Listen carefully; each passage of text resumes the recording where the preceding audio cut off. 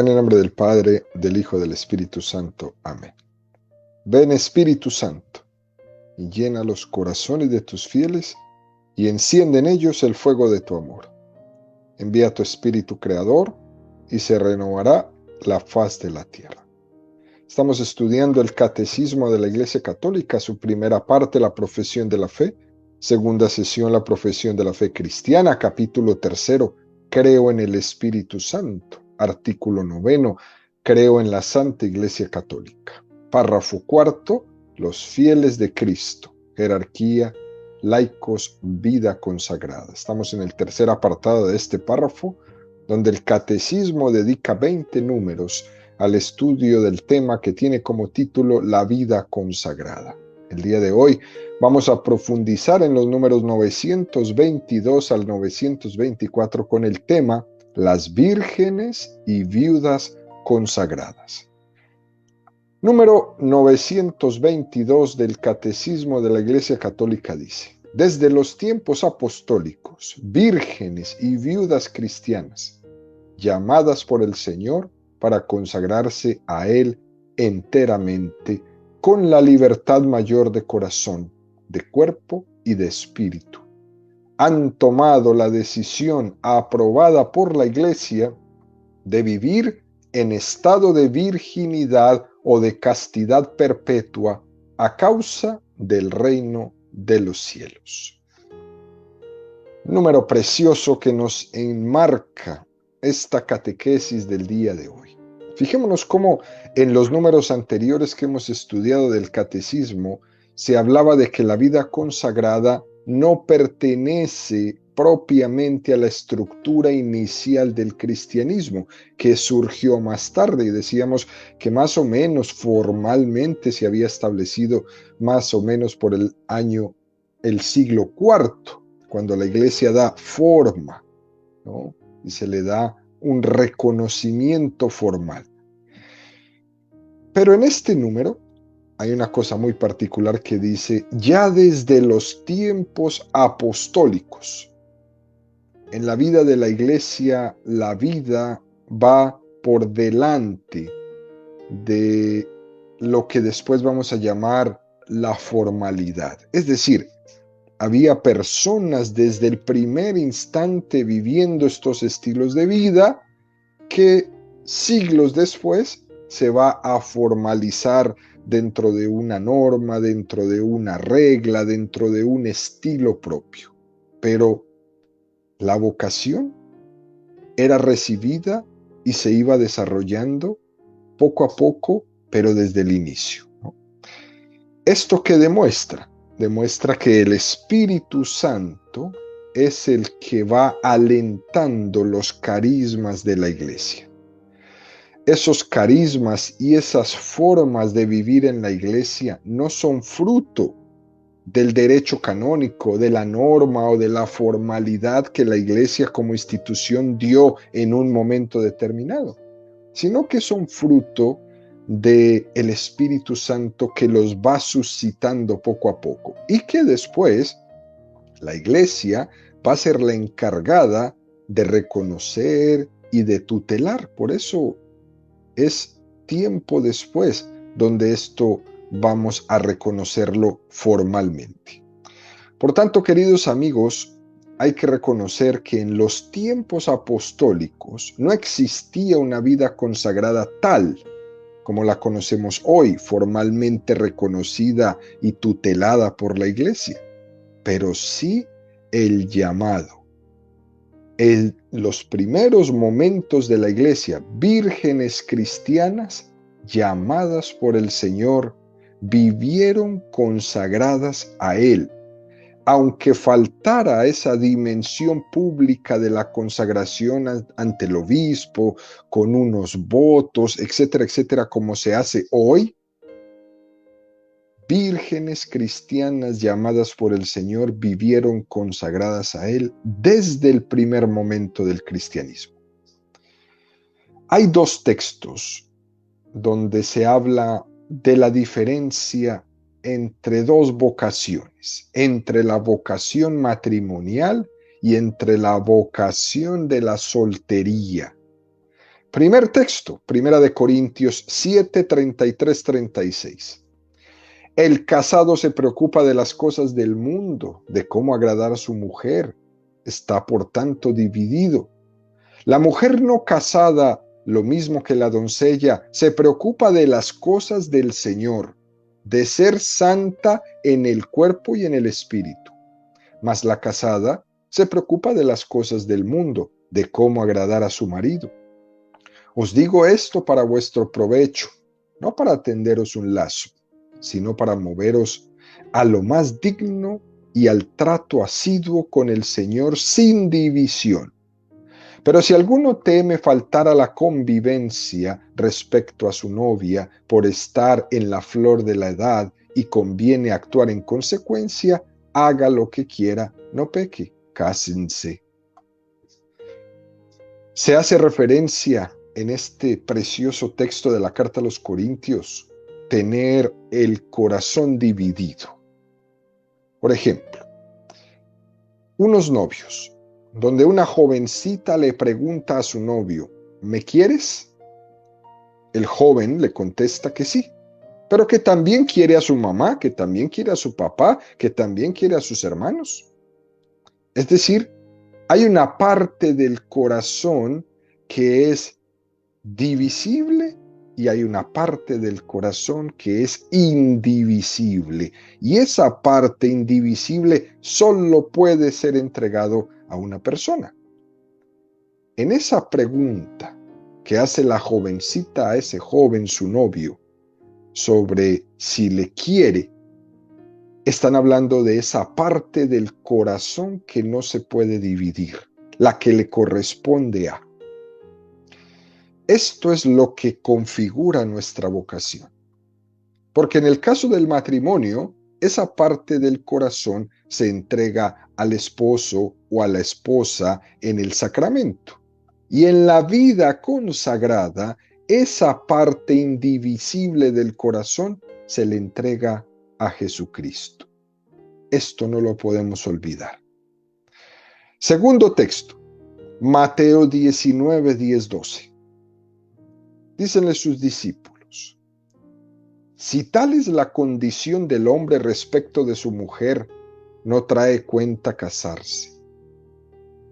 Pero él les dijo, no todos entienden este lenguaje, sino aquellos a quienes se les ha dado a conocer. Porque hay eunucos que nacieron así del seno materno, y hay eunucos que se hicieron tales a sí mismos por el reino de los cielos. Quien pueda entender, que entienda. Se está refiriendo este texto de Mateo a ese no casarse, que es para quienes se les ha concedido. Jesús remarca que esto de vivir consagrado para el Señor es un don de Dios. Es para quien se le ha concedido. Quien no entiende esto con respecto a la consagración, al celibato del sacerdote, piensan que ser célibe o consagrarse en la virginidad es una opción personal y es realmente un don de Dios. Piensan que ser célibe es un esfuerzo difícil de llevar, pero no es así, es un don de Dios. Es que Cristo le enamora, es que Cristo le seduce. Y seduce ese corazón del sacerdote cuando va a dar el paso de su promesa de ser célibe, como seduce el corazón de la Virgen que se le va a consagrar. Es Cristo el que orienta la afectividad de aquel a quien le ha llamado para servirle de una manera más perfecta en la vida célibe y en la vida consagrada. ¿Para qué? Para que lo indivisible del corazón sea solo de Cristo. Es un texto muy precioso, queridos amigos, este texto de Mateo.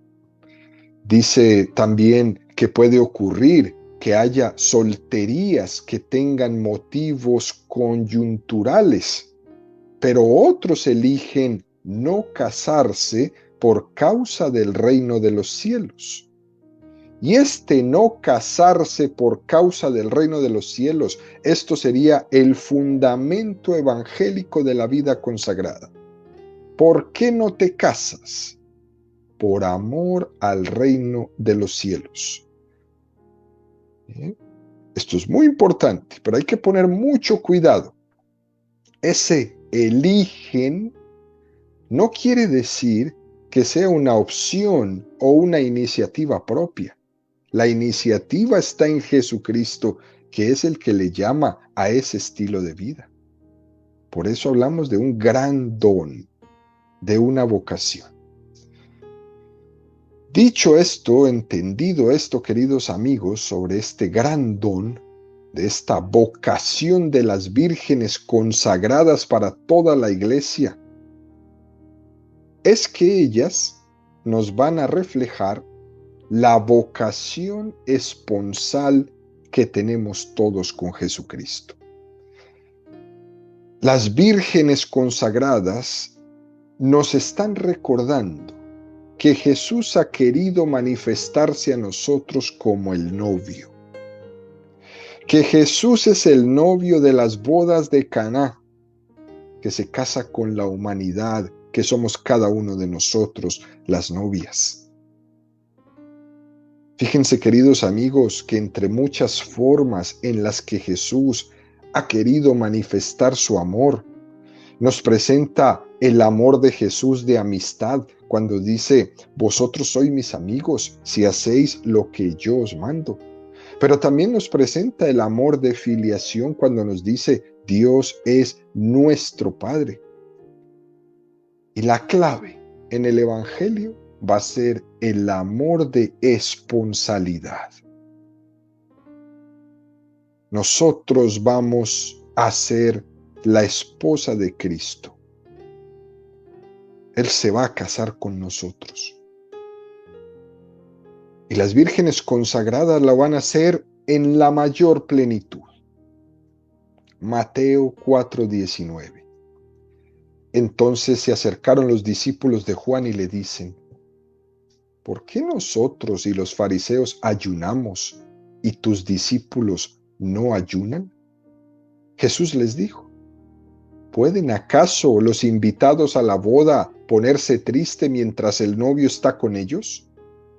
Días vendrán en que les será arrebatado el novio, entonces ayunarán. Nadie echa un remiendo de paño sin tundir en el vestido viejo, porque lo añadido tira del vestido y se produce un desgarrón peor. Ni tampoco se echa vino nuevo en pellejos viejos, pues de otro modo los pellejos revientan.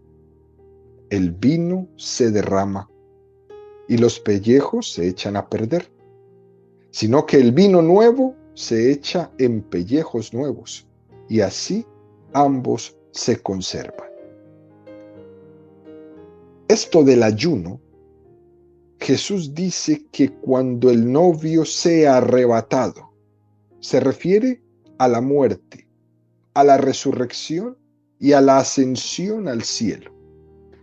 Cuando lo tenemos ausente hasta el día que estemos con Él en el cielo. Es verdad, queridos amigos, que Jesús está con nosotros, pero no le percibimos con nuestros sentidos. Por tanto, también sufrimos su ausencia. Como María Magdalena, lloraba porque no encontraban el cuerpo de su Señor. El sentido del ayuno, del sacrificio, de la mortificación, es el recordarnos a nosotros mismos que nos falta algo, que nos falta la plena presencia del esposo. Por eso vamos a hacer ayuno. ¿Hasta cuándo? Desde que nos sea arrebatado hasta cuando lo tengamos nuevamente presente y estemos con Él en el cielo. Y es conveniente ayunar y es conveniente mortificarnos para que no nos acomodemos en esta vida. Nos falta todavía el casarnos, el desposorio pleno con Jesucristo. Y esto no lo vamos a lograr si nos acomodamos. Este es el sentido del ayuno. Recordarnos que nos falta algo, que no podemos buscar aquí ni encontrar la plena satisfacción, que el gozo pleno del corazón nos lo va a dar la boda con Jesucristo. Y esta vida es un noviazgo. La muerte es la presentación que tendremos en ese desposorio con Jesucristo. Por eso no le temo a la muerte. La muerte va a ser mi desposorio con Jesús. Apocalipsis 21:1-7. Luego vi un cielo nuevo y una tierra nueva, porque el primer cielo y la primera tierra desaparecieron, y el mar no existe ya. Y vi la ciudad santa, la nueva Jerusalén, que bajaba del cielo de junto a Dios, engalanada como una novia ataviada para su esposo. Y oí una fuerte voz que decía desde el trono: esta es la morada de Dios con los hombres. Pondrá su morada entre ellos, y ellos serán su pueblo, y Él será Dios con ellos. Y enjugará toda lágrima de sus ojos, y no habrá ya muerte, ni habrá llanto, ni gritos, ni fatigas, porque el mundo viejo ha pasado. Entonces dijo el que está sentado en el trono: mira que hago un mundo nuevo. Y añadió: escribe, estas son palabras ciertas y verdaderas. Me dijo también: hecho está, yo soy el Alfa y la Omega, el principio y el fin. Al que tenga sed, yo le daré del manantial del agua de la vida gratis. Esta será la herencia del vencedor. Yo seré Dios para él, y él será hijo para mí. Este texto del Apocalipsis nos dice que esta vida consiste en irnos convirtiendo, en irnos transformando para que Jesús tenga una esposa digna con la cual desposarse. Toda mi vida será prepararme para en el momento de la muerte desposarme con Jesucristo. ¿O por qué creen ustedes, queridos amigos, que las personas santas desean morir? ¿Cuántas veces hemos visto morir a nuestras abuelas, por ejemplo, cuando tenemos la posibilidad de verles morir conscientes ellas? Y que algunas veces nos dicen: ahora sí me voy con mi amado. El momento de la muerte es mi desposorio. Pero no hay nada más lindo que llegar al momento de la muerte completamente engalanado para desposarse. No como muchas personas mueren hoy día, con una vida desastrosa, desordenada, empecatada. ¿Cómo se va a casar así? Jesús, como hombre perfecto y hombre Dios que es, tiene derecho a desposarse con una esposa santa, no con alguien que ha hecho de su vida el desastre de vida que se lleva. Y Dios le da todas las posibilidades durante toda su vida para que se vaya preparando, para que se vaya transformando, para que se vaya enamorando de Jesucristo para el momento del desposorio. Todas las posibilidades durante la vida las tenemos, porque Él en todo nos va seduciendo, nos va transformando, nos va enamorando.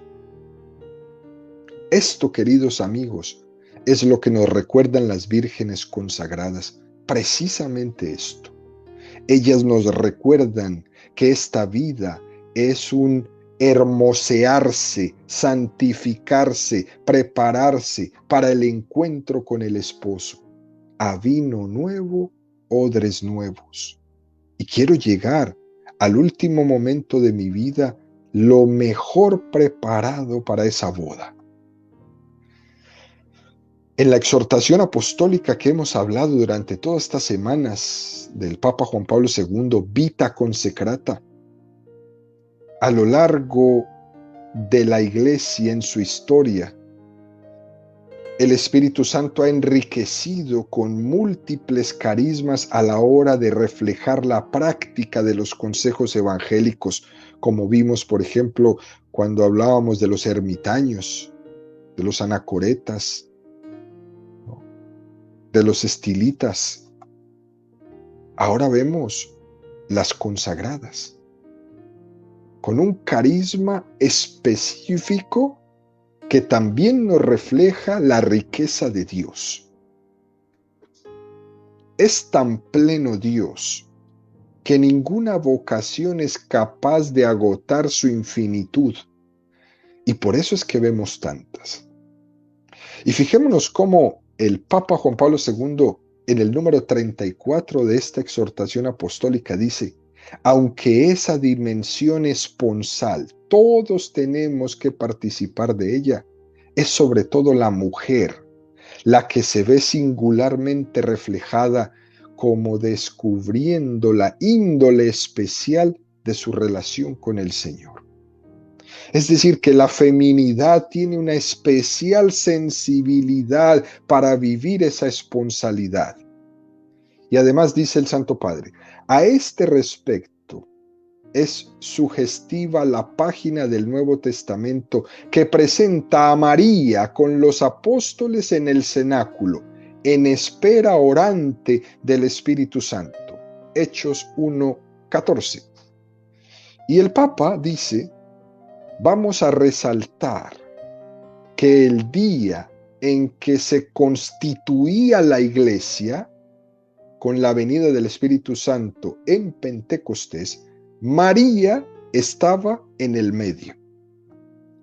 Hay una complementariedad, porque Pedro y los demás apóstoles, de ellos emerge una dimensión de la Iglesia muy concreta, que es el ministerio eclesial. Los apóstoles son instrumentos del Espíritu para generar nuevos hijos mediante el anuncio de la palabra, la celebración de los sacramentos, la atención pastoral. Pero la presencia de María, que estaba allí, era muy importante, porque ese amor virginal de María procede de él una fecundidad particular que contribuye al nacimiento y el crecimiento de la vida divina en los corazones. Por eso vemos, queridos amigos, en María, ahí presente en el cenáculo en el momento de Pentecostés, la imagen de la perfecta consagrada. Las personas, las mujeres consagradas, siguiendo las huellas de María, manifiestan su fecundidad espiritual, acogiendo la palabra para colaborar en la formación de la nueva humanidad con su dedicación incondicional y con su testimonio. Así, queridos, María manifiesta plenamente su maternidad, tanto por la comunicación de la acción divina como por la acogida responsable del don divino. Y da un paso más el Papa Juan Pablo II. Dice que esa escena de Pentecostés, con María presente, ahí se manifiesta una vocación muy importante, que es la vocación de acoger el Espíritu Santo. Es verdad que los apóstoles también lo acogen, pero es que María tiene más capacidad de atraer el Espíritu Santo. Tenía el corazón mejor dispuesto para acoger la venida del Espíritu Santo. El Espíritu Santo viene al cenáculo en Pentecostés, sobre todo atraído por María. Y esto es importante, porque también los apóstoles van a recibir el Espíritu Santo, pero la atracción es María. Por esto mismo, las vírgenes consagradas y todos aquellos que tienen esta preciosa vocación están en esa perfecta disposición de acoger el Espíritu Santo. Esto realmente es algo extraordinario en la vida católica. Y el Papa da otro paso. En el número 28 de esta exhortación apostólica Vita Consecrata, dice el Santo Padre: María es ejemplo sublime de la perfecta consagración por su pertenencia plena y total a Dios. Elegida por el Señor, que quiso realizar en ella el misterio de la encarnación, recuerda a los consagrados la primacía de la iniciativa divina. ¿Esto qué significa?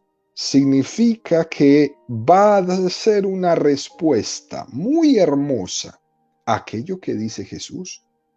No sois vosotros los que me habéis elegido a mí, soy yo el que os he elegido a vosotros.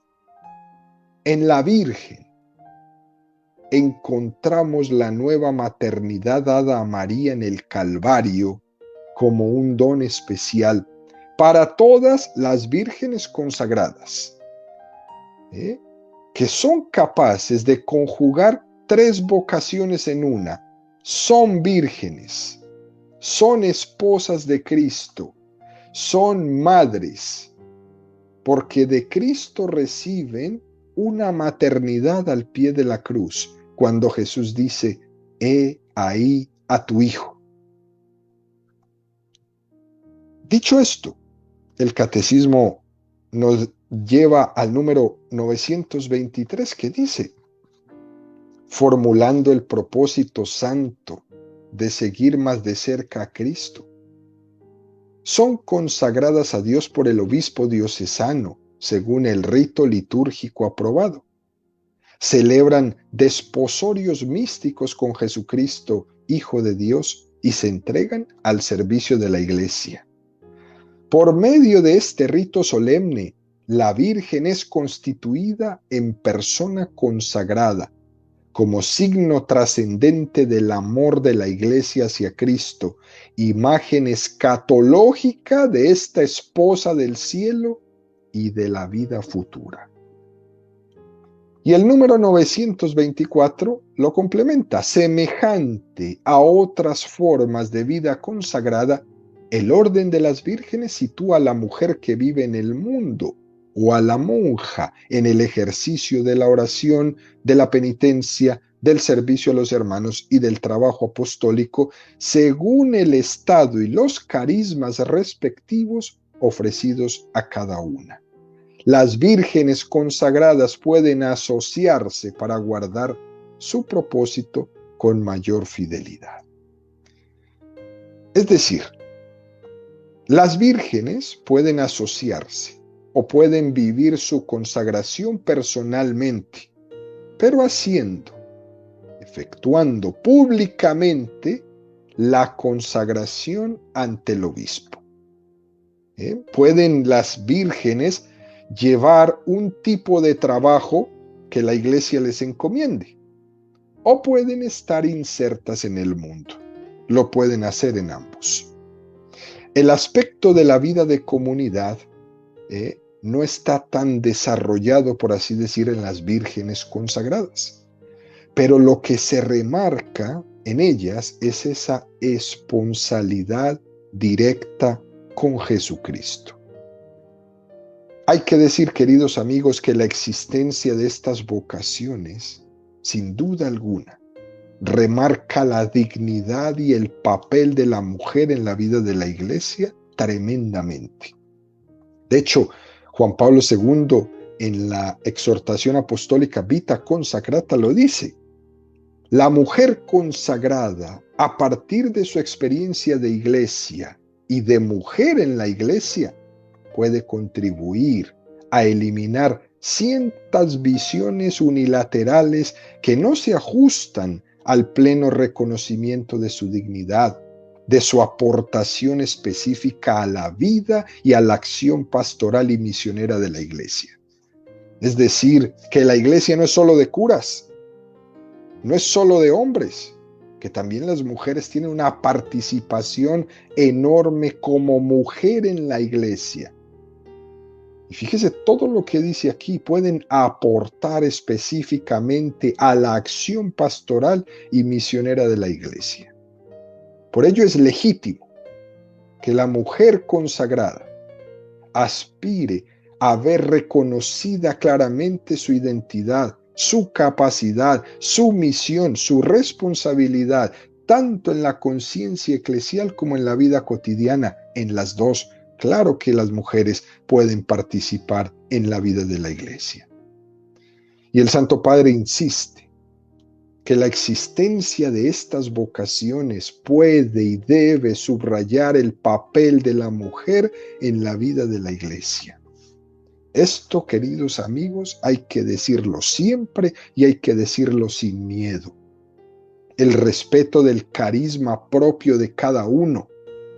El hecho de que el Señor suscite estas vírgenes consagradas, sin duda, hace que el papel de la mujer en la iglesia sea cada vez más reconocido, porque ellas hacen un servicio incalculable a la iglesia y a la humanidad. Esta consagración de las vírgenes tiene una fórmula pública que se hace delante del obispo y se lleva a cabo mediante un sacramental. Recuerden que un sacramental no es un sacramento. ¿Qué es un sacramental? El sacramental es un signo sagrado con los que, imitando de alguna manera los sacramentos, expresan efectos, sobre todo espirituales, obtenidos por la intercesión de la Iglesia. De hecho, existe un formulario en el orden de las vírgenes que se llama el Ordo Consagratio, que es un sacramental publicado por la Iglesia que consiste en significar con una serie de signos que esa persona queda consagrada para ser esposa de Jesucristo. Recuerden que los sacramentales proceden del sacerdocio bautismal, porque todo bautizado es llamado a hacer una bendición y a bendecir. Es verdad que los sacramentales los puede celebrar un laico, pero en este caso de las vírgenes tiene que ser el obispo. ¿Por qué el obispo? Porque él tiene que presidir.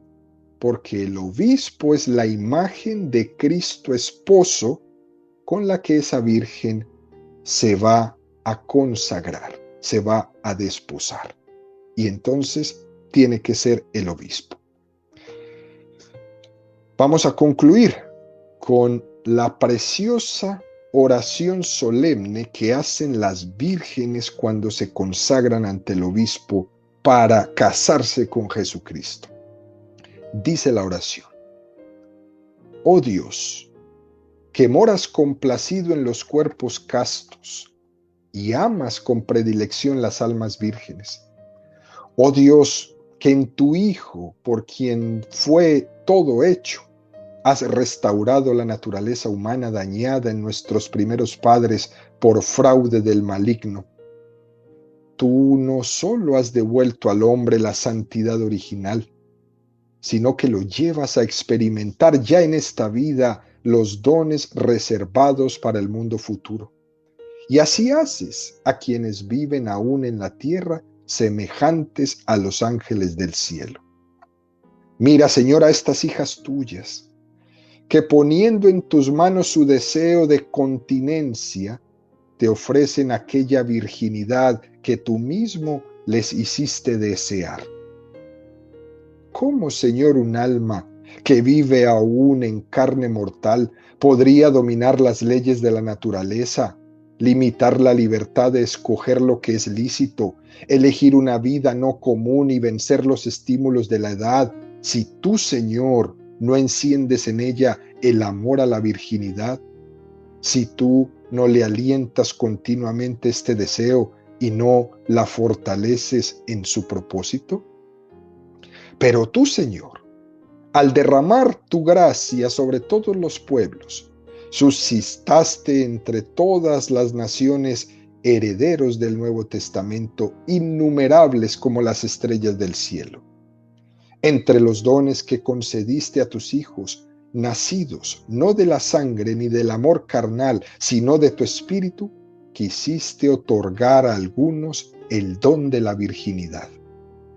Así, sin menoscabo del valor del matrimonio y sin pérdida de la bendición que ya al principio del mundo diste a la unión del hombre y de la mujer, algunos de tus hijos, inspirados por ti, renuncian a esa legítima unión.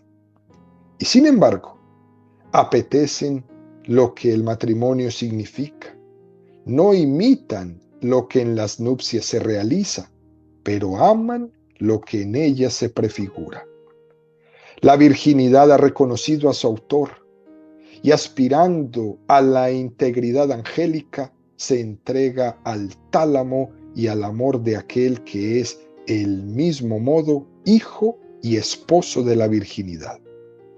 Te pedimos, pues, Señor, que protejas con tu auxilio y guíes con tu luz a estas hijas tuyas que desean que tu bendición confirme y consagre su propósito.